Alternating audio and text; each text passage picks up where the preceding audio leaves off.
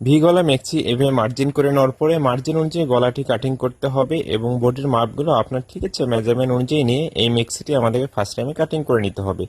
V গলার সব থেকে গুরুত্বপূর্ণ বিষয় হচ্ছে গলার পট্টিটি আমরা কিভাবে কাটিং করব ও সেট করব। আমি খুব সহজ নিয়মে দেখাচ্ছি, ভিডিওটি দেখলে আপনি খুব সহজে শিখে নিতে পারবেন। এভাবে কাটিংটি করে নেওয়ার পরে গলার দুইটি পট্টি এভাবে মিল করে রাখতে হবে, রেখে 1 ফিট মার্জিন রেখে ঘুরিয়ে ঘুরিয়ে সেলাই দিয়ে নিতে হবে। এখন ব্যস্ত থাকলে পরবর্তী ভিডিওটি দেখার জন্য আপনার আইডিতে এই ভিডিওটি আপনি শেয়ার দিয়ে রাখতে পারেন, অবশ্যই লাইক এবং একটি কমেন্ট করবেন।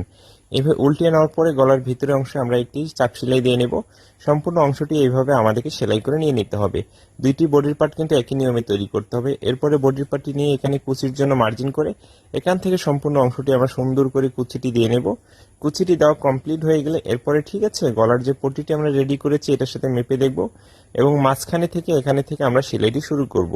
1 ফিট মার্জিন রেখে সম্পূর্ণ অংশটি সুন্দর করে ডিজাইন অনুযায়ী ঘুরিয়ে ঘুরিয়ে আমাদেরকে সেলাইটি করে নিতে হবে।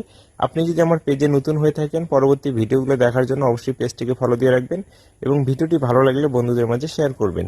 এইভাবে সেলাইটি দেওয়া কমপ্লিট হয়ে গেলে যে কাজটি করতে হবে গলার পট্টিটির উপরে এখানে একটি চাপ সেলাই দিতে হবে। এইভাবে একটি ভি গলার মেক্সি কাটিং করতে হবে এবং গলার পট্টিটি আমাদেরকে সেট করতে হবে।